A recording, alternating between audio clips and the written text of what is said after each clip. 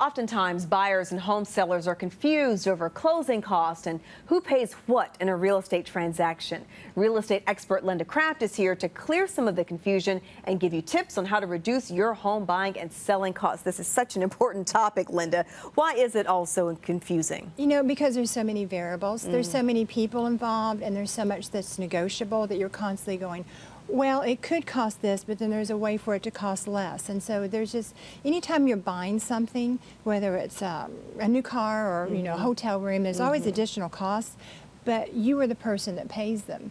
When you're buying and selling a home, you've got the bank, the buyer, the seller. It's the transaction that pays it, and it gets so confusing for so many people. Okay, so for the buyer, there's no cost for the exclusive buyer agent, but there are some costs accompanied with the actual purchase. Absolutely. So yeah, the good news is you can have exclusive buyer representation. It's completely free to you. But you may have to have a down payment. Again, it depends on, are you a first-time home buyer using 0% down?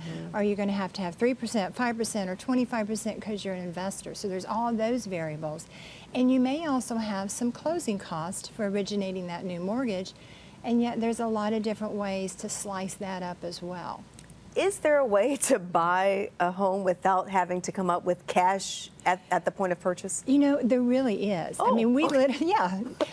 we can literally get someone into a new home for about $1,000. The cost that you would have on a security deposit on something you were renting, we could actually put you into home ownership.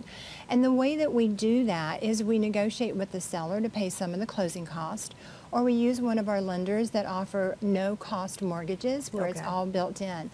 But you would really, if you want to go that route, it's really important to look at the budget and the final amount of that house payment and make sure that it's all going to work. But yeah, you can literally get into a home with no money down. Wow. What about things like the home inspection and insurance fees? And all of those are costs that you would have typically when you're buying, but those two can be either rolled into the mortgage or they can be negotiated and paid for by the seller in the transaction. Gotcha. There are a lot of legal fees, aren't there? Well, and fortunately, North Carolina is not as bad as some states. Okay. But we do have attorney's fees and title insurance and recording fees and those kind of things.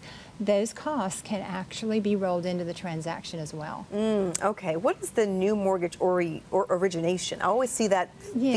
Yeah, that's the money that the mortgage company, well, some of the money that the mortgage company makes for loaning money. I mean, they're in the business, they have to make money as well. And again, there's all kinds of ways to get around those fees. We either raise the rate a tiny bit so you don't have to pay origination, or negotiate to get the origination paid again by the seller in the transaction. Gotcha. Okay. There are lots of ways that you can get around being surprised, including getting the good faith estimate. Very important. So if you were buying a home today, we would suggest that you talk to a couple lenders and compare their rates, compare their charges, because they may be a little bit different.